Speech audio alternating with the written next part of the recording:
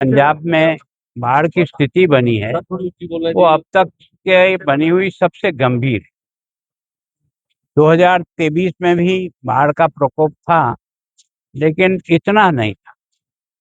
अब की बार क्या हुआ कि इधर पोंग से भी ज्यादा पानी छोड़ना पड़ा, उधर जो है भाखड़ा से भी पानी बहुत ज्यादा छोड़ना पड़ा और रणजीत सागर से भी छोड़ना पड़ा। आपका जो होशियारपुर जिससे प्रभावित हुआ है वो पोंग डैम से हुआ, और पीछे से पानी अधिक आने के कारण से उनकी मजबूरी थी कि उनको पानी खाली करना।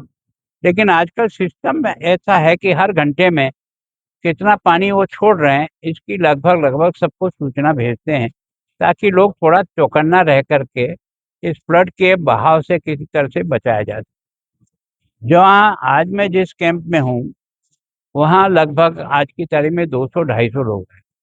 ऐसे 5 कैंप हैं जिसमें लोग हैं। कैंप तो इन्होंने 7 की व्यवस्था की है, लेकिन बाकी कैंप में कुछ लोग आए चले गए। अभी भी 1000 से अधिक लोग इन कैंपों में है। उनसे सबसे मैं व्यक्तिगत भी मिला हूँ, है ना। कम से कम यहाँ आने के बाद उनको सरकार की तरफ से जो सहयोग हो सकता है वो सब सहयोग हो रहा है। एमएलए साहब भी पूरे समय से जनता के बीच में आते हैं, हर प्रकार की उनकी समस्या। प्रशासन भी आ रहा है। रास्ते में जो सड़क पर कुछ लोगों ने अपने डेरे लगा रखे थे क्योंकि पानी आ गया उनके खेतों में और घरों में, तो उन लोगों को भी सामग्री तो मिल रही है। बड़ी समस्या जो मुझे ध्यान में आई वो ये है कि दोनों साइडों पर जो कटाव होता है मट्टी का, अधिक प्रवाह आने के कारण से वो कई बार बहुत नुकसान कर रहा है। और फिर क्या है कि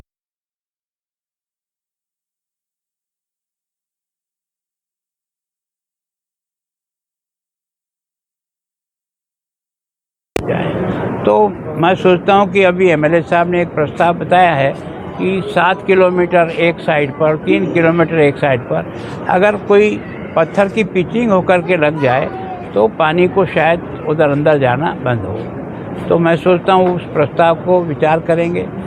कुछ यहाँ के गांव के लोगों ने कहा कि बच्चों को जो है ना, हमारे गांव में पढ़ने के लिए काफ़ी तकलीफ हो जाती है। केवल और केवल प्राइमरी स्कूल है, उसमें भी तो उतना नहीं आता है। तो मैंने कहा कि सरकार कम से कम प्राथमिक शिक्षा को इतना महत्व देती है कि जितनी आवश्यकता हो, नई बिल्डिंग बनाने हो तो ही पूरा पैसा देती है सभी, पर आपको उसको देखना पड़ेगा। दूसरा क्या है, ये जो मकान बहुत नीचे बस गए हैं, इनको कोई न कोई आपको ऐसा लेवल पर ढूंढना पड़ेगा जिसमें पानी का फ्लो इनको बार बार परेशान न करे।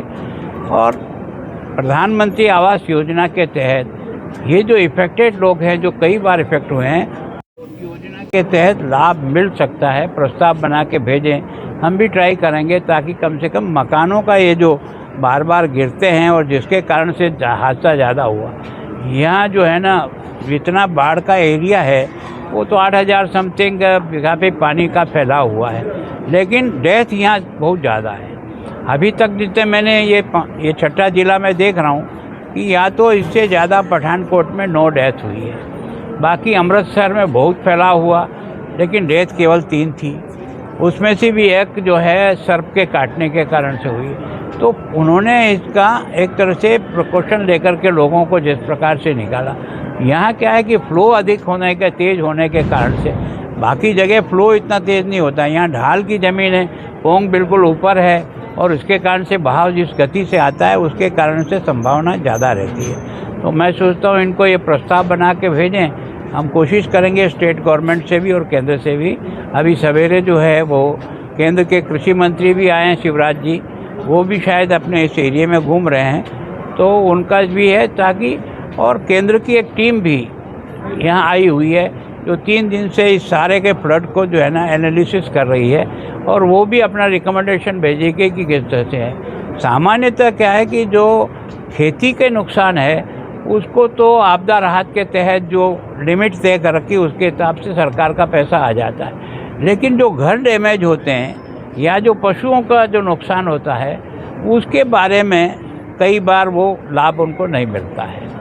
सर, जो पोंग डैम है ना उसका पानी तो स्थिर आ रहा है, हमारे को जो मार कर रही है वो चक्की बैंक का पुल या खड्ड का पानी आ रहा है ना, वो अफेक्टेड कर रहा है इसे, उसके बारे में वैसे क्या है कि जो मुझे बताया, मैं अभी देख रहे हैं यहाँ कई छोटे छोटे नाले भी आकर के और इस नदी में मिलते हैं। उस नाले के पानी के कारण से भी यहाँ के लोगों को फ्लड की स्थिति बनती है। दूसरा क्या है कि ये जो आपका नदी है ब्यास, इस नदी के लेवल से कई जगह जो है ना इससे भी कम डिप्रेशन में है, तो उसके कारण से उनका पानी निकलना और उनकी प्रॉब्लम हो जाती है और भर जाता है। तो मैं सोचता हूँ वो तो डिपार्टमेंट को ड्रेनेज को सिस्टम को मजबूत करने के लिए, क्योंकि पानी 2 दिन 3 दिन भरा रहेगा तो फसल को नुकसान तो 100% होगा, बाकी होगा नहीं होगा। तो मैं सोचता हूँ इससे जितना कंपनसेशन देते हैं हर फसल के नष्ट है, अगर उसको एक साथ मिला करके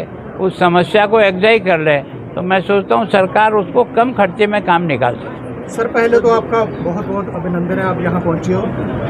जो सेंट्रल सरकार की तरफ से जो 500 करोड़ पंजाब सरकार को भेजा है, एक अनुमान के तहत कि 50,000 करोड़ का पंजाब का। देखो, मैं सोचता हूँ ये 50,000 1 लाख नहीं, अगर सरकार का असेसमेंट होगा, यहाँ के कागज़ बन करके जाएंगे, जो टीम यहाँ आई है वो उसको रिकमेंड करेगी, तो पैसा कम और ज़्यादा ये केंद्र के लिए महत्वपूर्ण नहीं है। लेकिन जो प्रोसेस से पैसा मिलेगा वो तो हर ज़िले को कंप्लीट करके भेजना पड़ेगा। न तो 60 की लिमिट बांधी है, न 50 की लिमिट बांधी है। जितनी आवश्यकता होगी, जितना खराबा होगा, केंद्र सरकार उसकी भरपाई करती है। केवल और केवल बाढ़ के उतर जाने के बाद इसका असेसमेंट जिला लेवल के अधिकारी और करके भेजेंगे। केंद्र की सरकार जो है ना, जो प्रतिनिधि आया वो तो अभी केवल ऊपर से देख के जाएगा। कोई बहुत ज़्यादा एग्जैक्ट में नुकसान क्या हुआ ये तो फ्लड उतर जाने के बाद पता लगेगा। तो ऐसी टीम बने, गठित होगी टीम जो मैं सोचता हूँ जो प्रस्ताव ये बना के भेजेंगे। प्रशासन तो लगातार लगा हुआ है, प्रशासन की मेहनत से इतने लोग बच गए हैं। राजा साहब, गिल साहब भी लगे हुए हैं, पूरी मेहनत की है इन्होंने, प्रशासन भी लगा हुआ है, उनके कारण ही ये लोग जो मार कम पड़ी है। लेकिन क्या केंद्र की टीम गठन होगी? अगर मान लो मैं संवैधानिक केंद्र का प्रतिनिधि हूँ कि नहीं हूँ, आप गवर्नर 4 दिन से मैं आपके फ्लड के ये 6ठा जिला देख रहा हूँ, अभी 7वें ज़िले में जा रहा हूँ। भाई रोडीज गया हूँ, जितने लोगों से मिल सकता हूँ मिला हूँ। जो मेरे समझ में आया, आज सवेरे 5 जिलों का मैंने बना करके शिवराज जी को सवेरे एयरपोर्ट पे केवल उसी से मिला था। मेरा कार्यक्रम था पठानकोट रात को रुकने का, मैं आया इसीलिए कि जो कुछ मैंने देखा वो उनको ठीक तरह से मैं उनको ब्रीफ कर सकूं। तो मैं यहाँ से जो भी प्रस्ताव आएगा, मैं आपका प्रतिनिधि भी हूँ, केंद्र का प्रतिनिधि भी हूँ, दोनों के बीच में सेतु का काम करने के लिए जो प्रस्ताव आएगा वो सरकार तक भेज के मदद करेंगे। Thank you.